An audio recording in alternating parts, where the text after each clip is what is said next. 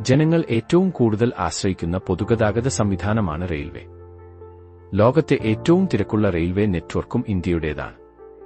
ഗ്രാമങ്ങളിൽ നിന്ന് നഗരങ്ങളിലേക്ക് ഇന്ത്യൻ റെയിൽവേയുടെ ശൃംഖല വ്യാപിച്ചു കിടക്കുന്നു. അതുകൊണ്ട് തന്നെ ഓരോ വർഷവും ലക്ഷക്കണക്കിന് യാത്രക്കാരാണ് റെയിൽവേയെ ആശ്രയിക്കുന്നത്.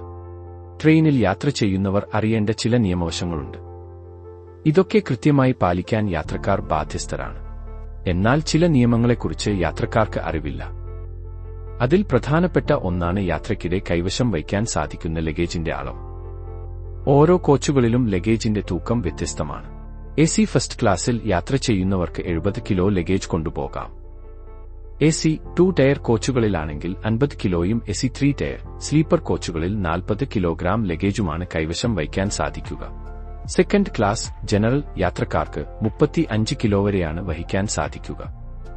എന്നാൽ ഈ പരിധി കവിയുന്ന ലഗേജുകൾക്ക് ഇന്ത്യൻ റെയിൽവേ അധിക ഫീസ് ഈടാക്കും.